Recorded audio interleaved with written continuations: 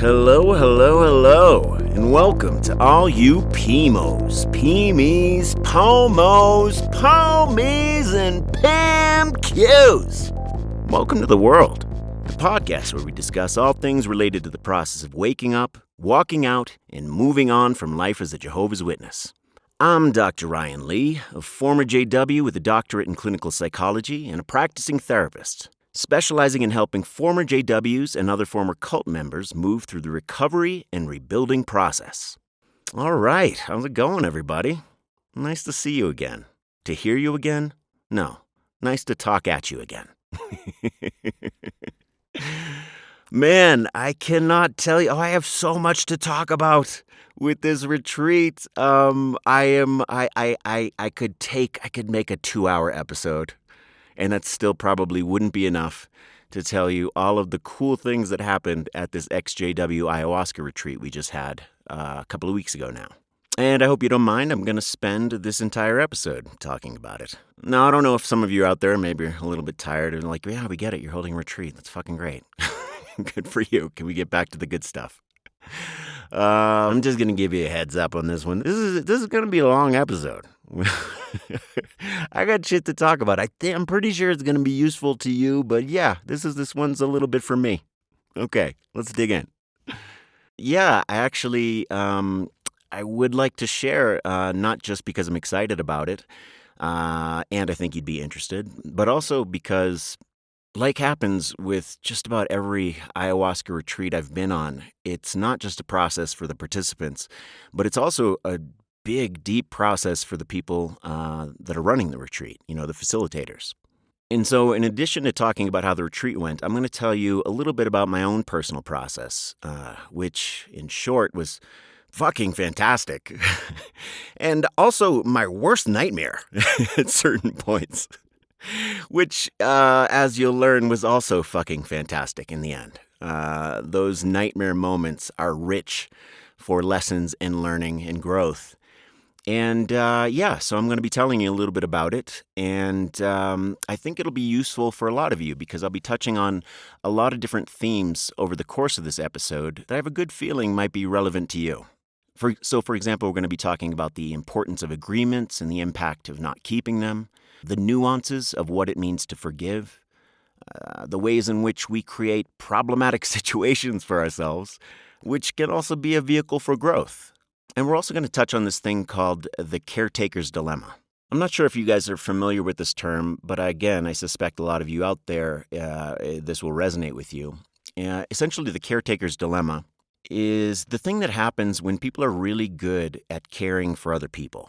Typically, you will find this ubiquitously among therapists and counselors and coaches and caretakers of all types. And what you really find pretty consistently is that the people who are really good at their jobs in this capacity, what's really operating, or at least part of what's operating, is that they are giving others the type of nurturing, loving attention that they so desperately want to receive themselves.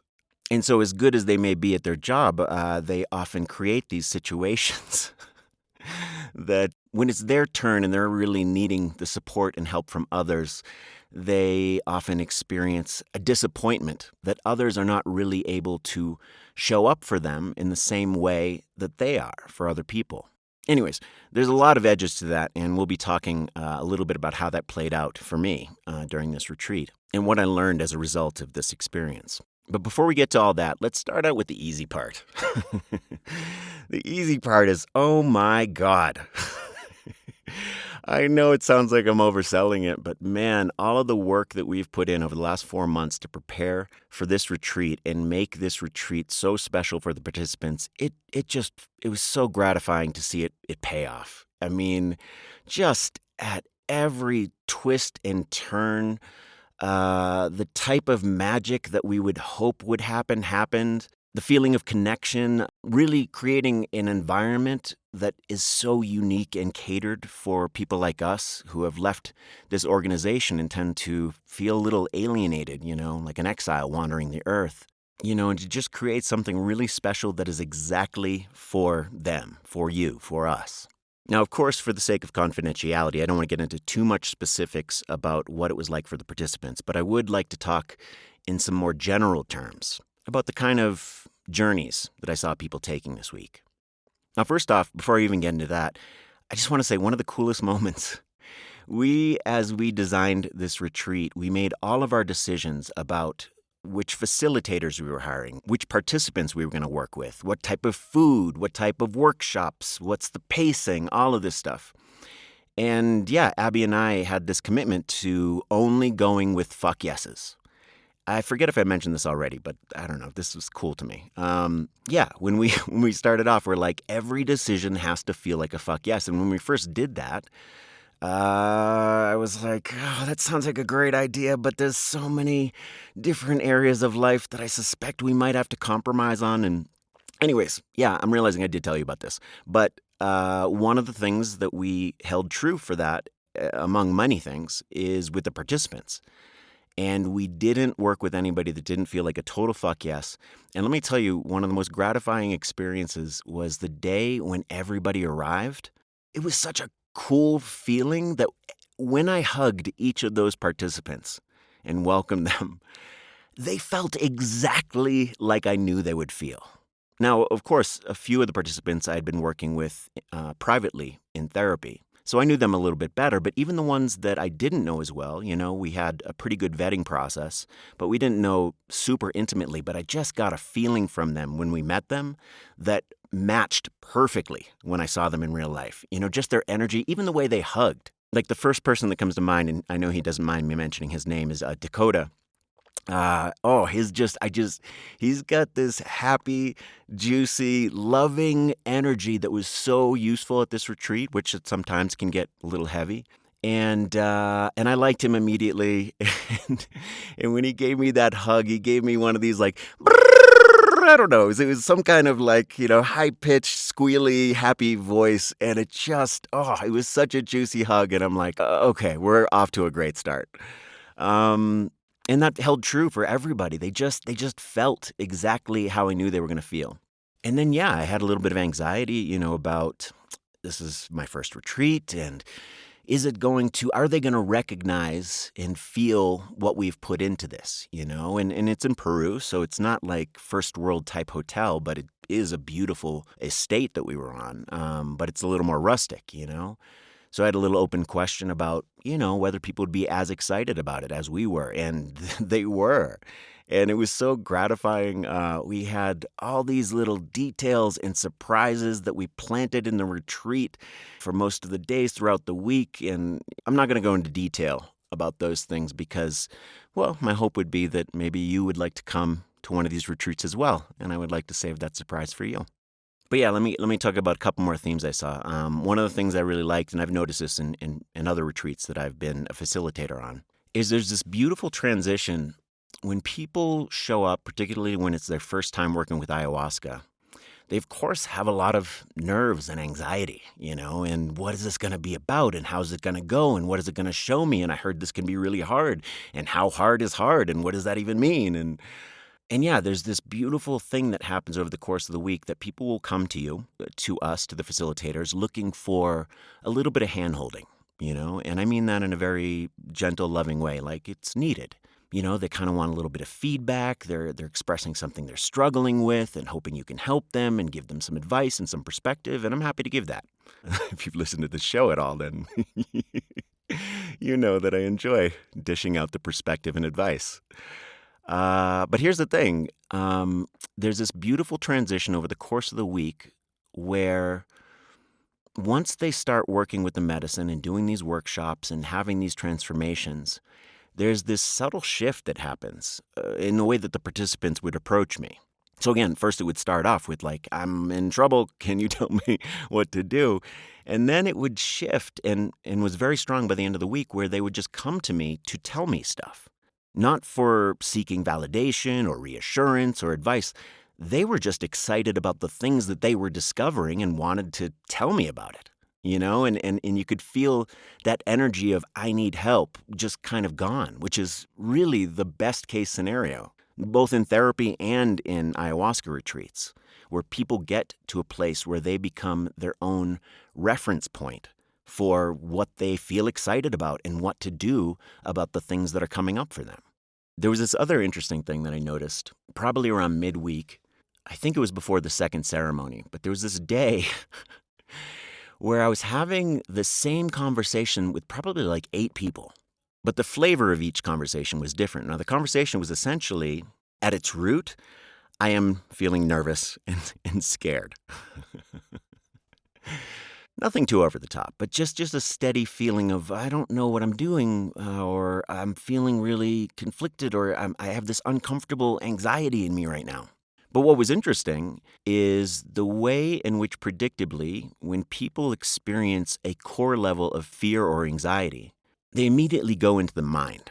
Now, what do I mean by that? So they go into the mind in the sense that they start trying to figure out, almost like a math problem, what they can do to alleviate or quell that anxiety. It's sort of a way that the mind is grasping for control of a situation that feels unpredictable and out of their control. So the energy and the dynamic was almost exactly the same, for like 7 or 8 people I talked to that day. But it was really interesting because each person had their own way of diving into the mind and attaching to a different subject. So, for example, there was one person I was talking to that just was feeling like, I don't know if I really belong here, and I don't really feel like I fit in with the group. There was another person that was very focused on this feeling that they had that they were actually going to die soon, literally. There was another person that had Armageddon fears that were coming up, or Armageddon-like fears. And then another person who was really focused on the dosage of the medicine. I took this much on the first ceremony, and maybe I should take that much on the next ceremony because I want to make sure it goes okay. You know what I mean? They're just sort of trying to control, trying to get a handle on things so they can resolve this underlying feeling of discomfort. And side note, when you're working with ayahuasca, it's an interesting thing. Most medicines that you work with in the world have a kind of predictable ratio of if you take more, then you will have a more intense experience, etc. But ayahuasca is so strange in multiple ways. One is that the relation of dosage to experience is not so connected. There's times when you can go in and drink 3 cups and feel relatively not much. And then there's other times where you can go in and drink a half a cup and you get way more than you bargained for. Anyway, there's just so much I could go into about how things went. I mean, there were just these beautiful, transformative experiences, and it was the whole range, There were some people that got blessed with beautiful experiences every time, and then there was other people that had experiences that showed them where they needed to do more work. And I don't think I'm overstating that even the people that had more challenging experiences, they walked away with the feeling that that was a worthwhile endeavor and they had a better understanding of how they needed to shape their steps moving forward. Anyway, I'll leave it there for now, and I know some of the participants are going to be sending me some voice messages to share a little bit more about their experience, which I will also share on the podcast. But before I jump into my own personal experience, I just want to take 1 second to give a shout out to each one of these people who were just so fucking special and beautiful and adorable and lovable and just, oh my God, so much juicy energy in every one of you. And I just want to take a second to give each of you a shout out by name because I appreciate you so much.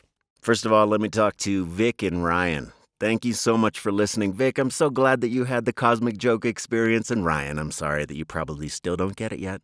And I hope that maybe you will come to a future retreat. And Arun, yes, my friend, you are a king. Ash, oh my God, I love you so much. You were just blossoming into such an amazing therapist and doing so many amazing things in your life, and I'm so excited to see how things go for you. Emma, my sweet Emma, I'm so excited for your journey, and I wish I could say more, but you know what I'm talking about. I am so, so, so excited for you. Oh, and one of my favorite memories was, well, I don't want to say too much, but let's just say I spent a decent portion of the ceremony playing drums on a toilet. Jamin, man, I wish we got to spend more time together, but that exercise we did where we clearly both have ESP, we are clearly both very powerful human beings. Connie. Oh, I enjoyed our time together so much, Connie. And I'm so happy that you're not dead yet. Matt. Oh my God, my friend. You have done such amazing work. You showed up with such a ferocity of courage. It was awe-inspiring. Ben, my brother.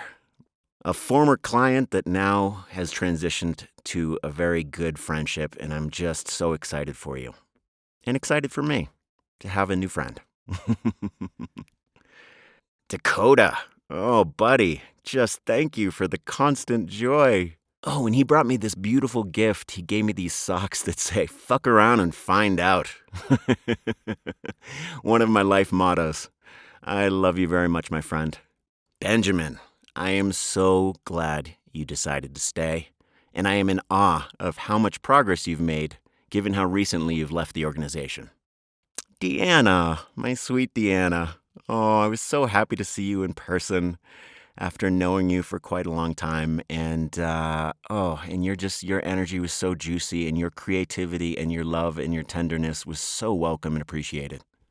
Gene. Jesus Christ, man. That was, wow. Your transition through the week.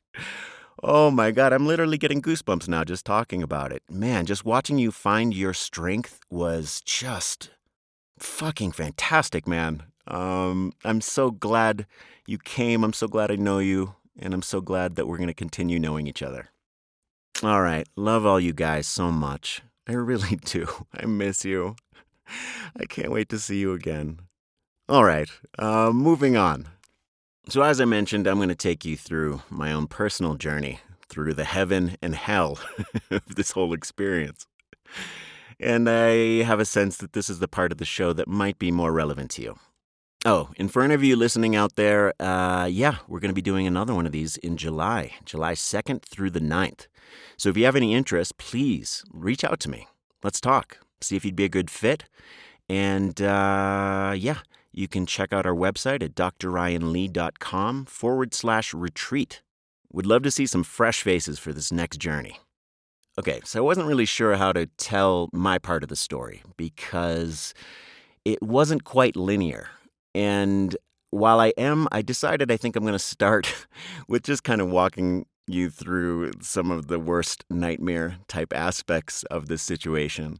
But before I do, just let me make it very clear. This was just beginning to end. Even the bad parts were just so engaging and fascinating and just filled me with so much joy, even in the moments when I was filled with a little bit of terror. But yeah, let's start with the terror. Okay, so let me give you a little backstory. And I did get permission from Abby to talk about this because it does include some aspects that involve her. And I don't want to give away the ending, but we are in a very good place and closer than ever. And also, we had some tension. So when Abby and I started this idea to put together this retreat, we started off as partners. And this was a transition from a very good friendship into a very professional relationship. Now, I knew when we talked about being partners, I knew that it wouldn't be exactly 50-50 in terms of workload, given that I have about 15 years experience as a therapist and a lot more experience working with ayahuasca than she does. But I thought, probably be more like 60-40, that kind of thing. And planning a retreat is a lot. There's the workshops, planning how to deliver the workshops, the lodging, the finances, the meals, the transportation, creating the container. It's a labor of love, but it's definitely a lot of work. It took every ounce of our energy in that 4 months leading up to make this happen. Anyway, about 2 months into the planning, it became clear that there was a pretty big imbalance in the workload. And I was enjoying the work, and, I wanted to make sure we preserved that very deep, loving relationship that we have with each other. So I didn't pay too much attention at first, and there were a number of things that came up for Abby in her personal life that were completely understandable that she wasn't always able to put in as much time and work as I was. But after a couple of months or so of doing this, it kind of became clear that there was something else going on, something preventing her from putting in as much energy as I was putting into this. And so we dropped in, we named it and had a heart-to-heart. And this is one of the things I love about Abby is we can have healthy conversations when conflict comes up. And it became clear that for her, there were some blocks about the type of work we were doing. And part of the disconnect is, in my experience with Abby, I had seen her display all of the qualities and skills that were prerequisites for doing this kind of work. So I didn't really give it a second thought about whether she could do these things. And neither did she. She liked the idea. She said, yes, it sounds exciting. And then it became clear that as we're talking, that there were some other blocks that were more related to her experiences in childhood, different kinds of trauma. I'll just leave it at that created some emotional tension around trying a new thing or having confidence in our ability to execute something. Maybe a little bit of perfectionism in there, You guys get the edges of it. Anyway, we came to an understanding and renegotiated our agreements under this new insight. And she authentically and sincerely, she apologized for that shift in agreement. And of course, I forgave her and I understood. And I did understand what was happening. However, the reality was that as a result of this shift in agreement, I now had a lot more on my plate than I had signed up for. Now, again, just to be perfectly clear, I can't stress enough that what Abby did bring to the table was invaluable. In addition to all these little beautiful finishing touches, again, I won't say what because I want maybe you to come to a retreat and see what happens. But she brought the heart to this retreat. I kind of brought the machine, the mechanics, the mindset, a little bit of a masculine mentality. But Abby really brought the warmth and the softness and the heart. And yeah, she was instrumental in creating and helping be creative in the idea process. When we're thinking about what kind of workshops we do and what would be cool. And oh my God, that would be cool. And oh my God, that would be cool too. She brought so much to the table that I'm so deeply grateful for. I can't imagine doing this without her. And also, yeah, a lot of the workload was still heavy for me. I was putting in at least 4 to 6 hours a day for like 4 months straight, which created a lot of stress for me. So even though on an emotional level I had forgiven her and I totally understood, I couldn't help, I felt a little resentful. I just became increasingly more stressed. And then whenever I felt overwhelmed, my mind would go, I'm in this position because Abby shifted the agreement, and she could feel it from me. I was trying to hide it, but it would kind of slip out in these sideways, shitty kind of ways. And to her, it felt really unfair because she had owned and apologized, and I said I forgave her, And then on top of that, Abby is my best friend, And I honestly felt at those moments like I would rather just not do the retreat at all if it meant losing the friendship. And at the same time, the wheels were in motion and we're doing this, So at one point, I tried to rebalance the scales a little bit by saying, listen, given this shift, here's what I really need from you. When the retreat starts, I'm going to need you by my side pretty much the whole time because it's going to be a lot to manage. And this situation is a recipe for me overdoing it and losing my shit at some point, and I'm going to need you there to kind of catch me when I fall. I'm sort of setting myself up for the expectation that I'm going to have a meltdown, which I did once or twice. Anyways, I'll return to that part later, but that's an important piece. So anyways, we still loved each other very much, but the tension was still kind of there and kind of bubbled up in the weeks leading up to the retreat. And then the day finally came, where we arrived to the retreat center a couple days early to get prepared. And of course, I go in my typical go mode, pedal to the floor, And this was when some of my ugliness started creeping out. At first, it was relatively internal. I didn't really talk about it, but, I had this experience of I was spinning 50 plates, managing a whole team of people, making constant decisions, and my support team who was doing everything they should be doing. I mean, side note, just again, aside from my own shit, they just fucking showed up so fantastically and really ran with the assignment of the roles that they were given. But the truth of the situation is, as the person leading this retreat, I was in a very different role. So while I'm buzzing around, feeling stressed about getting things done, I look over and, they're having a good time. They're playing and giggling and touching and enjoying each other. which is exactly as it should be. But me in that state, I was appalled to feel this feeling of resentment at their joy. I had this feeling of like, I want to be a part of that fun and be giggling too, but felt like I couldn't. I simultaneously wanted them to take more off of my plate, but I really wasn't sure how to ask about some of these things because so many of the decisions required me to be involved. And so, anyways, you're starting to get the edges of the problem I created for myself. Anyways, I felt that, noticed that. I'm like, oh, that's not a pretty thing to feel. And so I tried to just swallow it. I just felt like I don't really have the time to address that right now. Shit's got to get done. And then the participants arrived, and really the week just got off to such a great start. I was just so filled with joy and delight at the way things were playing out, and everyone seemed to be loving it and having a good time. I was in my element. I suppose it shouldn't be any surprise, but I very much enjoyed being able to stand up in front of a group of people and just say whatever the fuck I want to say. I enjoyed that immensely. And yeah, everything was working perfectly. And also, I was in nonstop go mode from the time this thing started.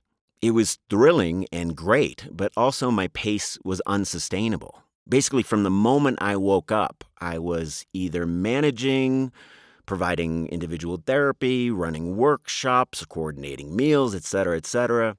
And then because my head was buzzing so much, I was getting like 4 or 5 hours of sleep, restless sleep a night. Side note, there was this interesting thing that people a few times said this, something to the effect of, oh, Ryan is building this retreat for himself. And when I heard that, I was like, yeah, like here's how I understood that, which is, yeah, I am building an experience in a retreat that I would very much like to have if I was a participant. But those words kind of echoed through the week because as it went on, I could feel the edges of this thing I had created was somehow like a mechanism or a catalyst for some work that I needed to do. So, for example, one of the things I instituted early on in the week that I felt was really important was the healing power of touch. We created an atmosphere. Obviously, there's no sexual or romantic activity happening over the course of an ayahuasca retreat, but we really wanted to encourage platonic touch. Hugging and loving and holding hands and cuddle puddles. This is something I had personally benefited quite a bit from in previous retreats I had attended. And so while I was primarily moved by wanting that for the participants, I'll be honest, there was a little part of me that was like, I would like that too. I would also like to be hugged and cuddled and loved and touched. And I started to notice, wow, it's working. Everybody's hugging and cuddling and touching each other, and somehow I am not part of that. And I started having these childhood wounds come up again, about feeling left out and feeling like I'm working so hard and yet still not getting the thing that I truly, really want in my heart. Now, a little bit of that was about my role. I felt it was semi-important to kind of play Papa Bear at this retreat, to create a container that made people feel comfortable falling apart and letting things kind of tumble out of them, knowing that there's at least one person that's keeping an eye on things, making sure everything stays safe. So that's valid. But also, one of the many lessons I've learned is I did not need to be so strict and rigid with that idea. So anyways, back to me being stressed. I was sharing a cottage with Abby, and I started to notice that as I became more stressed and slightly untethered, Abby became more distant and started to pull away from me. And then, of course, I kind of became more resentful. And again, it was an echo of that unrepaired wound that was still there, which was like, we talked about this. Like, this is when I need you. This is the moment I'm talking about. I'm stressing out and I need you to put me back together. Again, realizing I'm foreshadowing the lesson here. But yeah, so I tried to address the lack of support I was feeling, and I was met from her with kind of anger and irritation. She was saying things like, I just can't be around your energy. It's too much for me.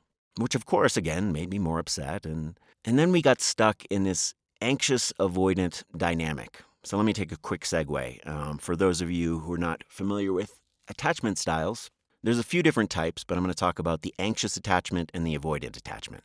So the anxious attachment is when a person in their relation to other people becomes anxious and therefore pursues when there's a problem. This can play out in a lot of different ways. I sent you a text 2 hours ago. How come you didn't text me back? And where did you go? And I wondered where you were. And things feel off between us. It tends to come with a little bit of hypervigilance. Like, I'm sensing something's off. Are we okay? I need to know we're okay. If we're not okay, we need to address it immediately and get it done. Then there's the avoidant attachment style, which, as the name implies, tends to be more someone who pulls away in those situations. And when they feel that someone is pursuing them in a way that feels a little intense, they withdraw even more.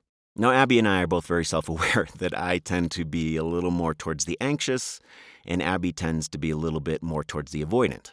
And so this creates this intractable problem, or at least for the time when we're locked in it, which is, for me, I can't totally relax and feel loose and playful until the thing that is not right is addressed. And for Abby, she can't feel relaxed and open enough to have deeper conversations unless it starts from an energy of feeling relaxed and playful. So this creates a very problematic dynamic of chasing and avoiding, and just this echo chamber of amplifying. And then now each of our childhood wounds are coming into play. And I don't know if you guys ever have this experience where you're locked in a disagreement with someone you love, and you realize in the middle of the agreement, we're having two different conversations.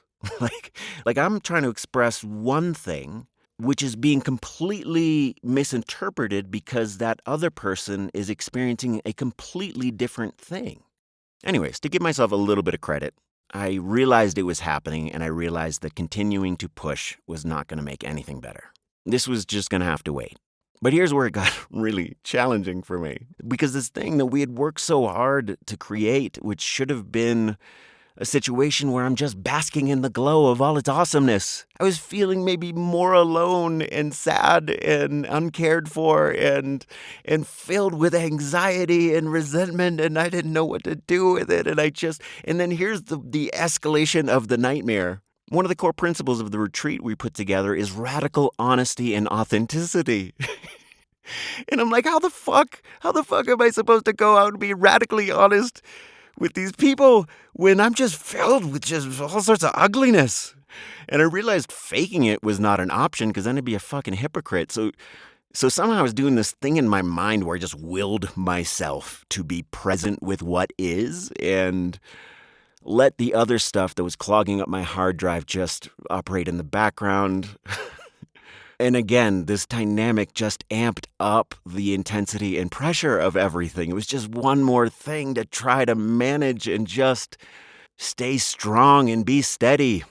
Oh, and then there was one other aspect, which was fantastic and fucking awful at the same time, which is on this retreat, my two best friends, Abby and Jono, got to know each other. They didn't really know each other so well before.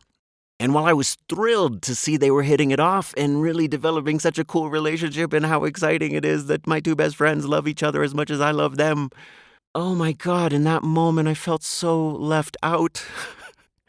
And I was like, oh shit, now my two best friends are gonna be loving each other and I'm gonna be left out because I'm a fucking crunky piece of shit right now.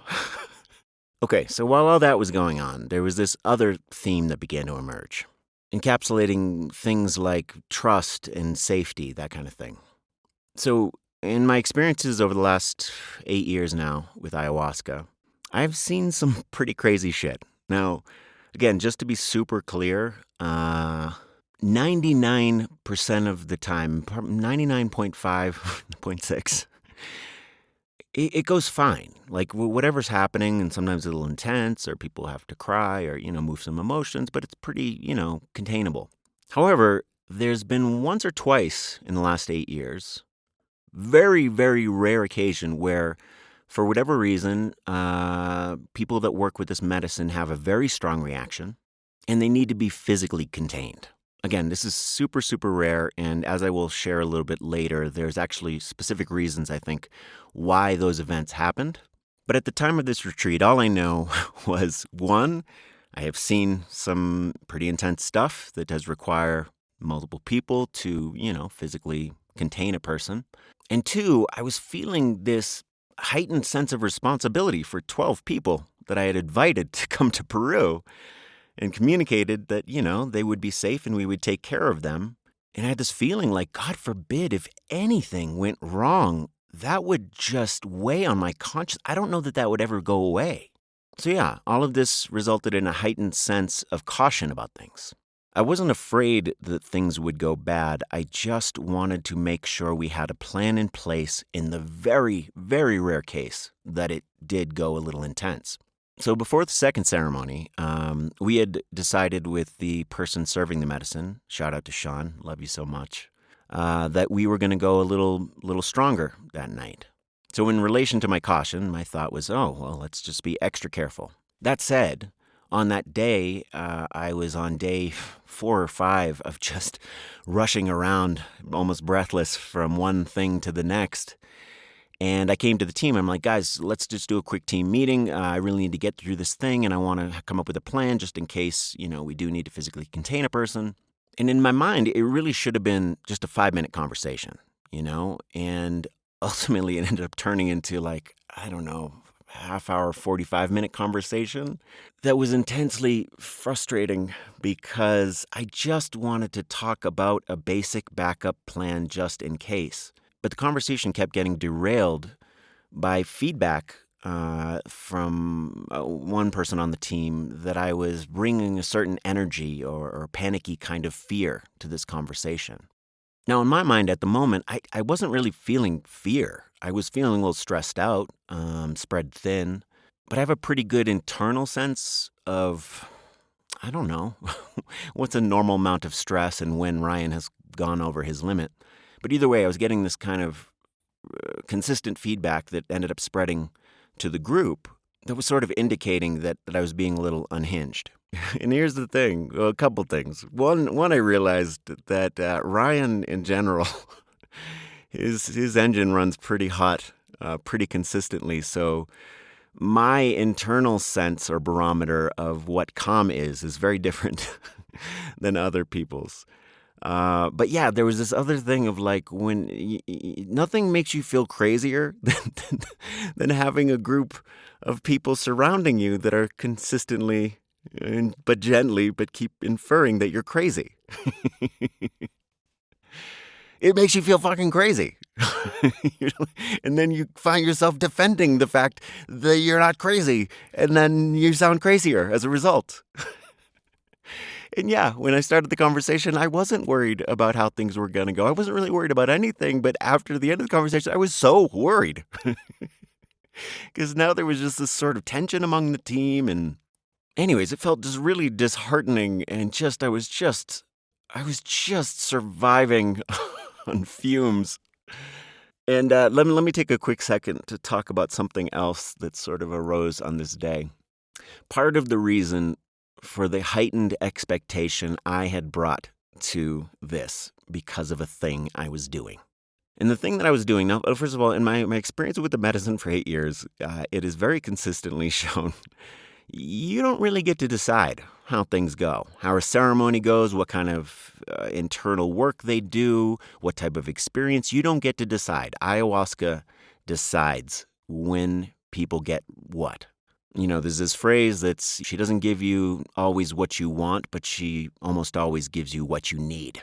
That said, as running this retreat, I'm like, yeah, but what if? And I realized one of my deepest desires, I don't know if you guys listened to the death episode, but I talked a little bit about this cosmic joke, ego death type experience that was so transformative and profound in the way I approach life that I really would love that for anybody who works with this medicine. And so even though I know you can't really control things, I'm like, I still want to try. Ryan's got to fuck around and find out.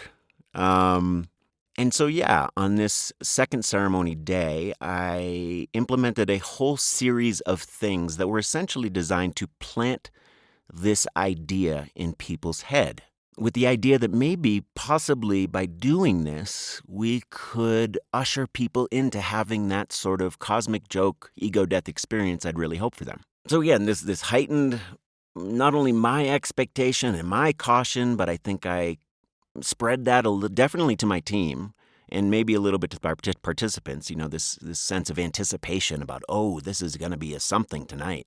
And ayahuasca, true to form, just gave me the most hilarious middle finger. So we get to the ceremony, and I'm like, oh, it's going to be big. It's going to be big. It's going to be a big one tonight. And Sean serves the medicine, and about an hour into it, which is usually when people start feeling it, I was just noting, wow, everybody's super unusually calm and kind of quiet. You would think it was just 12 people napping in a teepee.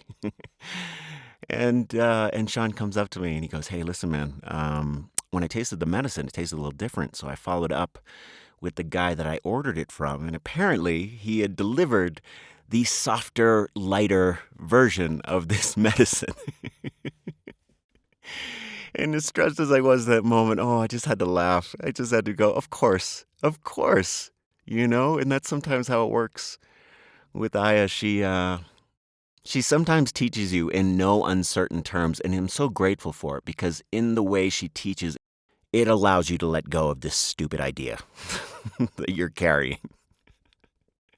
And sure enough, the whole night, it was beautiful. It was calm. It was beautiful. It was nice. People did have beautiful, deep, transformative experiences, but it was not that sort of turbulent energy that I was expecting. And I'm like, all right, I'm listening. I got some shit to learn. Okay, so before I shift more into my processing and lessons learned from this experience, let me add one more thing that was kind of really put a knot in me. So on the third ceremony, again, I got together with the team, and we did overstaff the facilitators. That was on purpose. I wanted to make sure we had more people than we need for support. And roughly, we had about 6 facilitators there, 3 women and 3 men. Now, in the team meeting, 2 of those facilitators, the 2 men, said they'd actually wanted to drink ayahuasca and go deep that night. And I had 2 feelings about this. My first feeling as a person managing this retreat, which was I was comfortable with one of the male staff going deep, but I was not comfortable with 2 people going deep. Again, because it's kind of unpredictable. And sometimes when people go deep, it means they're just pretty much unavailable. And I didn't like the idea of 2 of the members of our team being unavailable in case anything else came up. The other thought, which was more personal, is one of those members had actually kind of gone deep in the first 2 ceremonies, while the other person hadn't had any deep ceremonies, and I personally wished for that person to have that experience. Anyways, that's kind of a side thing. So yeah, I felt like I felt, one, that I had every right to make that decision, that only one goes deep. As the person leading this retreat, that was what my gut was telling me in a clean way, like that was a wise decision. However, I think as a carryover from our conversation before the second ceremony, the feedback I was getting was I was being overly cautious. I was not demonstrating enough trust, that I should just allow things to go as they go and trust that they will go fine. And again, I was in this position where I was feeling the team that I was responsible for was all kind of aligned in pushing back against something that I thought was very reasonable to do. Now, side note, what I did find out later is Abby at that time absolutely agreed with me 100%. And she did apologize for this, but she said, I didn't back you up because at that time, me and her were still at odds. And, she was just not in an open heart space to support me with anything. That sounds shitty. But trust me, I get where she was at. It just went that way. But she did say, she's like, yeah, I actually agreed with you. But at that time, I didn't know that. And it just felt like the whole team was kind of pushing back against me, and it basically had a decision.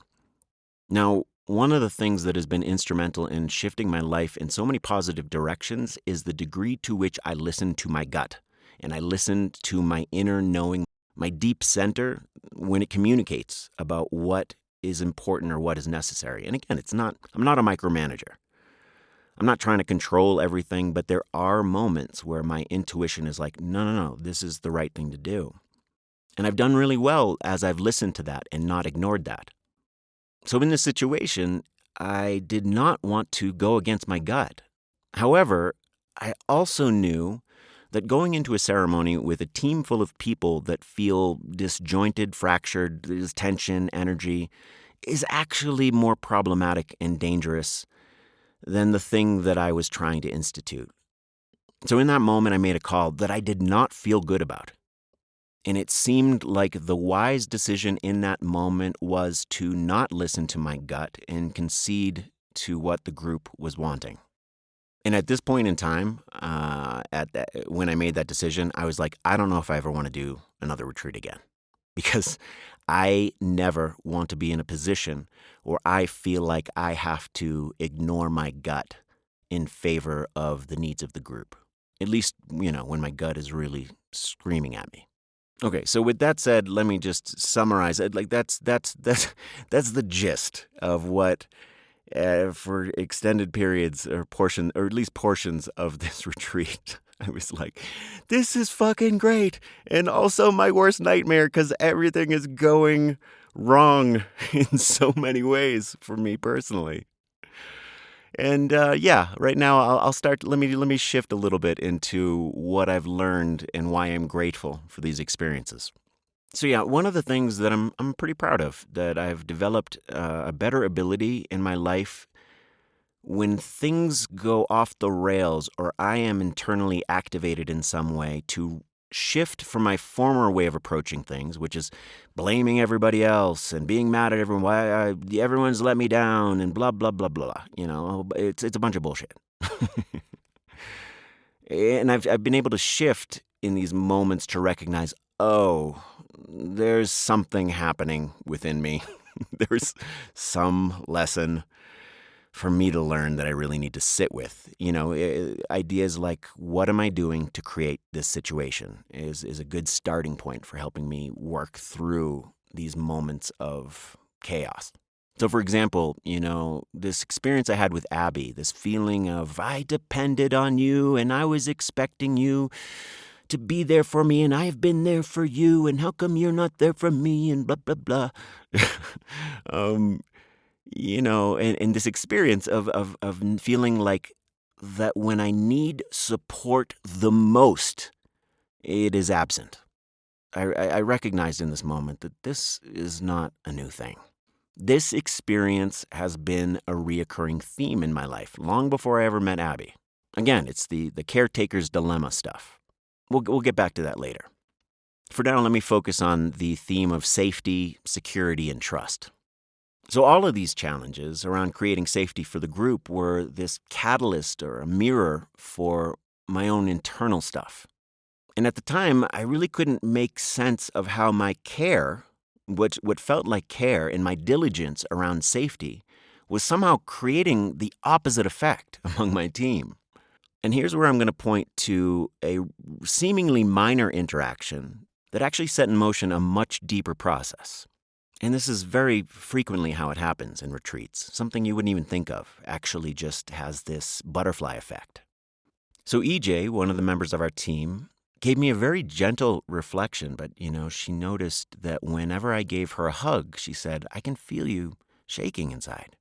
And it was weird, when somebody says something and they see you so clearly, especially when they see something that you're pretty sure that nobody else sees. And because you're pretty sure that nobody else sees it, you're kind of only half aware of it yourself. But there was this feeling as soon as she said that, I was like, oh, she can feel that? And that was like this first clue. There was like, oh, there was just this insight, like, oh yeah, I do. Every time I hug a person, I shake. And through that, I realized, yeah, I do. I do carry a fair amount of fear in a lot of different ways. And so here's kind of how it played out. I was kind of carrying that with me, like, what is that, And then we went to ceremony that night, and there was this beautiful realization, again, that was another catalyst, which was the fear that I was carrying, maybe call it concern, whatever you want, based on those isolated instances that I saw things go wrong, actually didn't apply to the setting. Let me explain.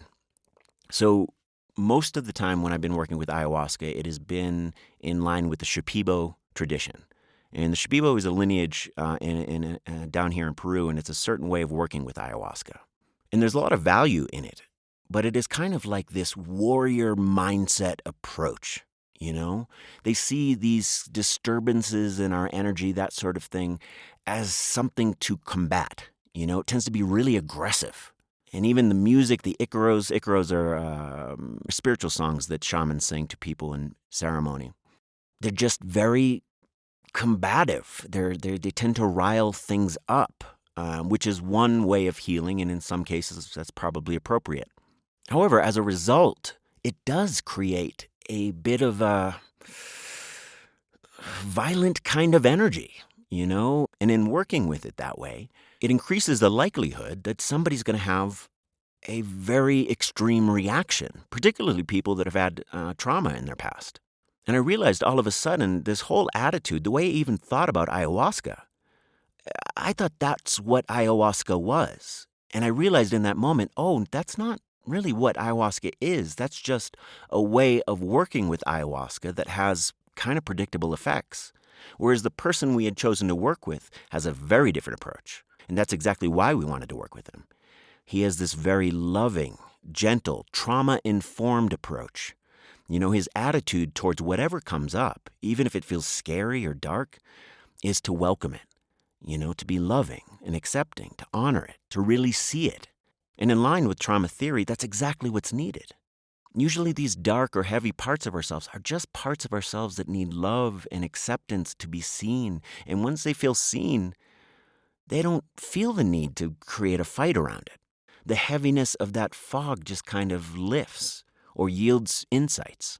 And so, in short, I realized I had a little bit of a post-traumatic response in relation to my experiences with ayahuasca, and I was applying it to a situation which no longer applied, which, as you may know, is exactly what trauma does. It applies a fight or flight type coping mechanism to a situation which does warrant it, but then the problem is that we continue applying that exact same coping mechanisms to situations which do not. So this led me on this other journey, which was reflecting on, in what other ways am I doing this in my life? And it started a little bit by revisiting my childhood, which had a lot of trauma. I don't want to get too much of a segue, but there were very few moments that it felt safe on any level. On a psychological level, an emotional level, on a physical level. There was physical abuse. The idea of feeling safe and calm was, in retrospect, pretty foreign to me. And then I started seeing all the reverberating effects of that in the ways in which I do things that help keep me safe or speak to that feeling within me of being unsafe. So, for example, I'm sure many of you can relate to this, that when you're in a conversation, this feeling, I need to think of something to say. I got to be prepared to have something to say next. I'm going to go hang out with people. I got to have a few things in mind that I can talk about so then I will be safe. And then I won't experience rejection or fear or awkwardness or whatever. That's one version.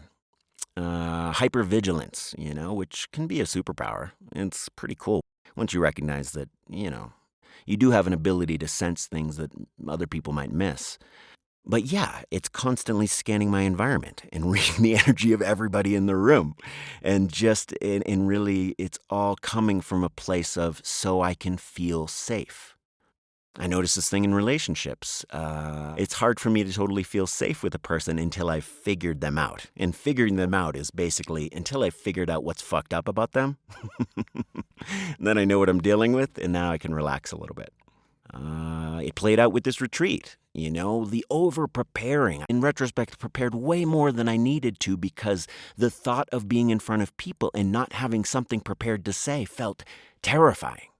And then again, I caught myself doing this thing throughout the retreat where every time somebody was talking or some interaction, my mind's going, how can we make this a teachable moment? Which in effect resulted in me not quite always being totally in the moment because I had this other function running in my brain of like, how do I find the wisdom here? That kind of bullshit. Again, a little bit of that is fine. It was okay, and yeah, I think the participants would agree that much of what I had to offer was helpful and useful, but it was on overdrive. And yeah, all of these things were stemming from an internal feeling of not feeling safe. Now, side note, I actually discovered something else in relation to this. It didn't feel super sexy to be like, oh, I'm very afraid inside, you know. However, one of the things that happened after the retreat is I had a surprising, unexpected romantic connection, not with one of the participants, but it was with a friend that had come to visit me after the retreat ended.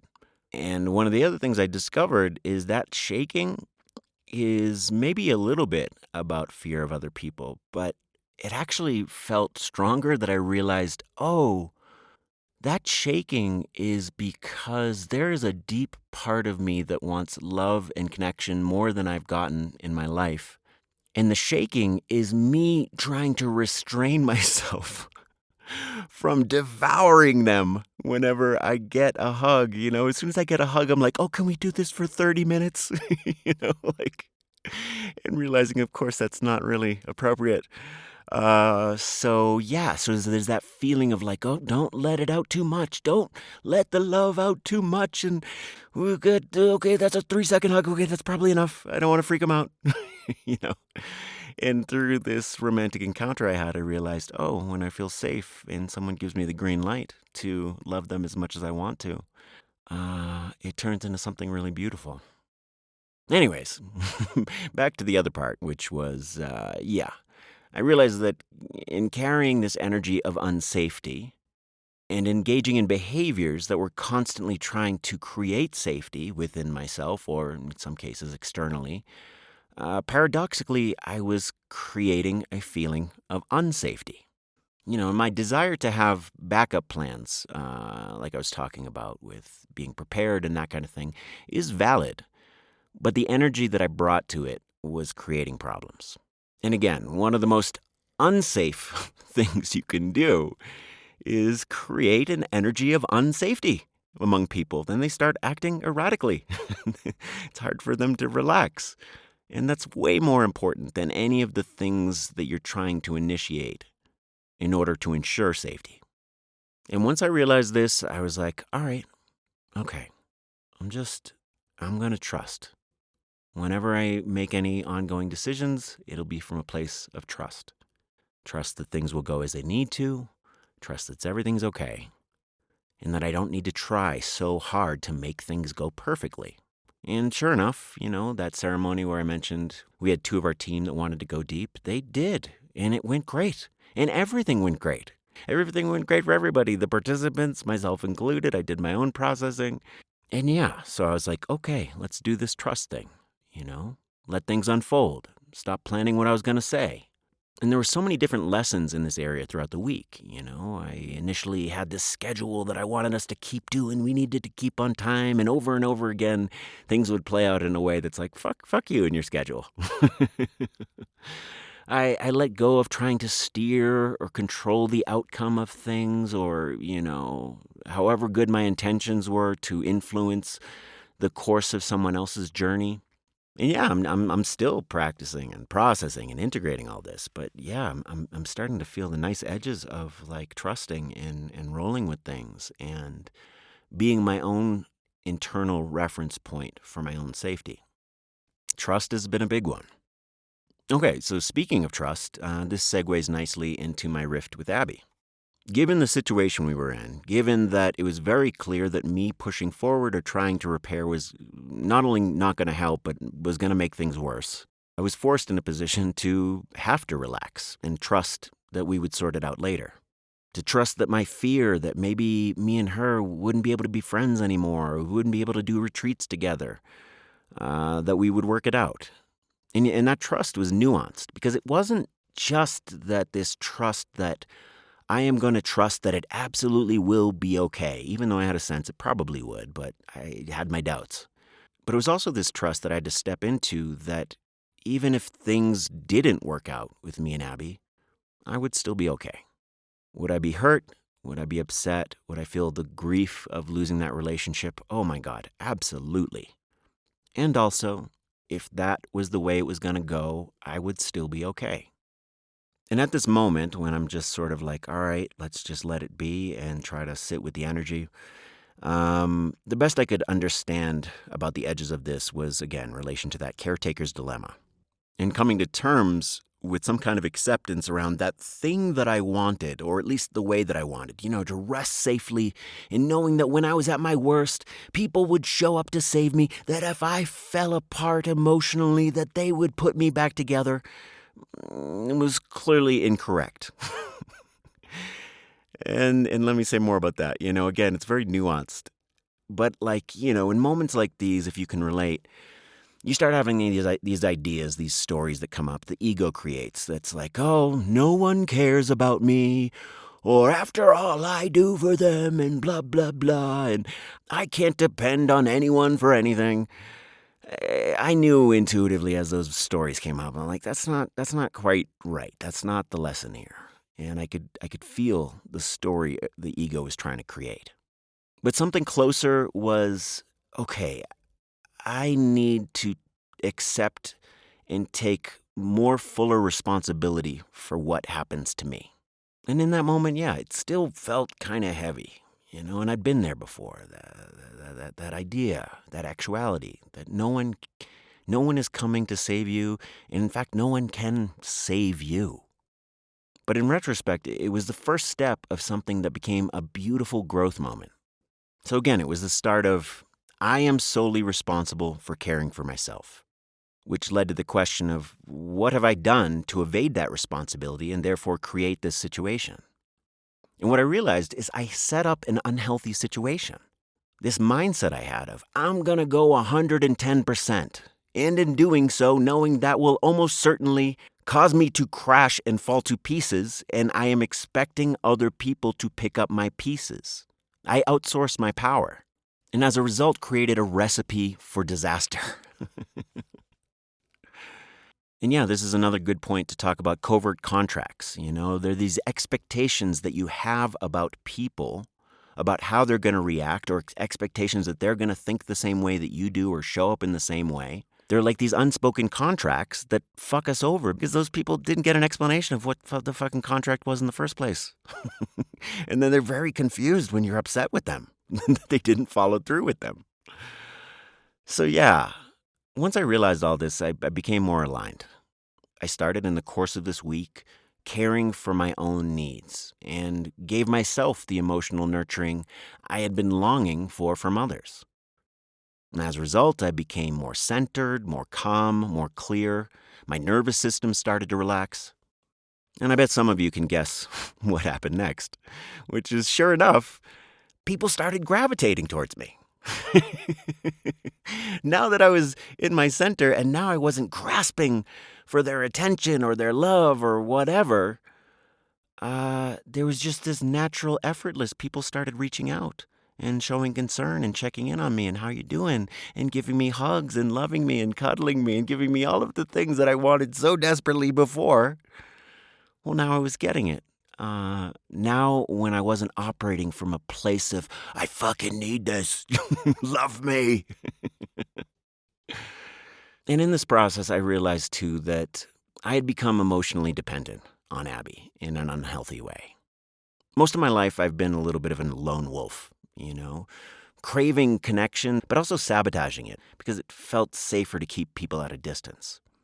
So, of course, when someone came into my life that just flooded my heart with love, and I love Abby so, so much, of course, all of my shadows came out, all of my fear of abandonment, of getting hurt. And then, as you know, that those fears, when enacted, they end up becoming a self-fulfilling prophecy because you start acting fucking weird, and so the person pulls away, and then, of course, you're getting abandoned, and, all of that just puts a lot of pressure on things, and it's not healthy.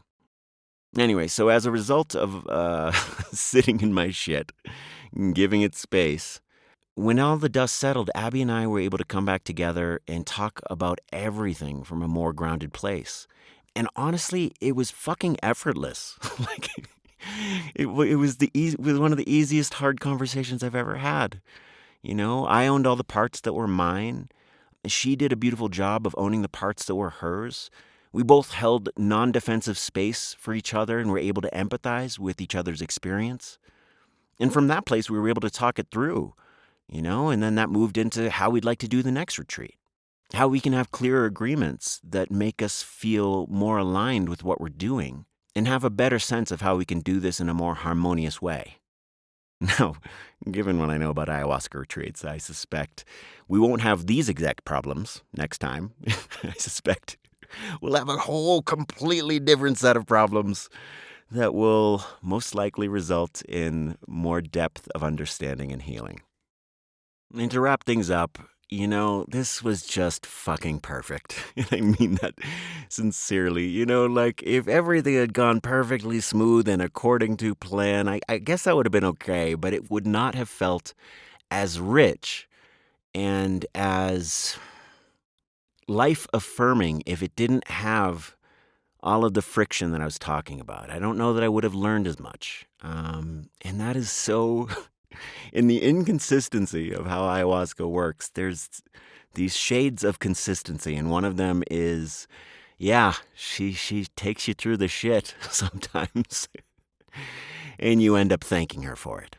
And I am so, so, so deeply grateful to that medicine, to Sean West, our ayahuasca facilitator, all of our support teams, to EJ, to Lynn, to Abby, to Jono, to Tobin. I wish I had time, or if you had attention, so that I could tell you about how great these people are and how many magnificent, wonderful, amazing things happen for all of us and how much growth and transformation. It was just so gratifying. And I can't wait to do the next one. I am so happy to say, without any hesitation, I think the next one's going to be great too. I've just seen a ghost. The memories I hate the most. Reflections I feel was something I forgot were real.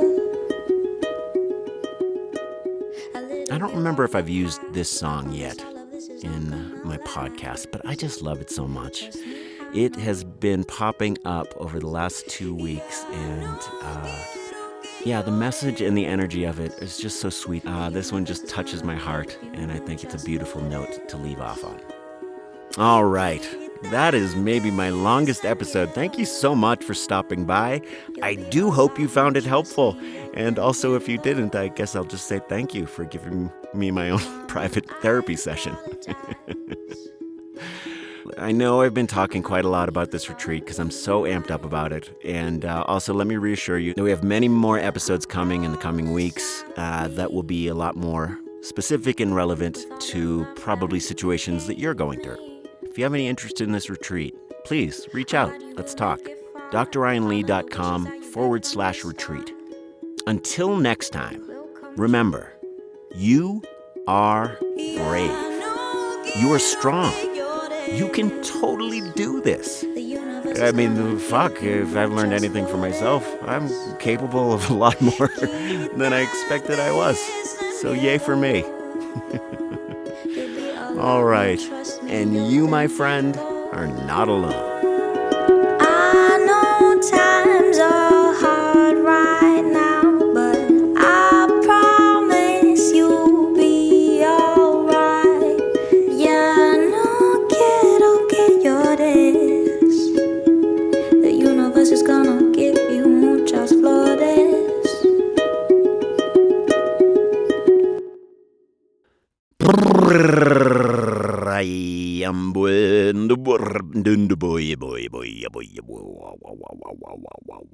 Yeah.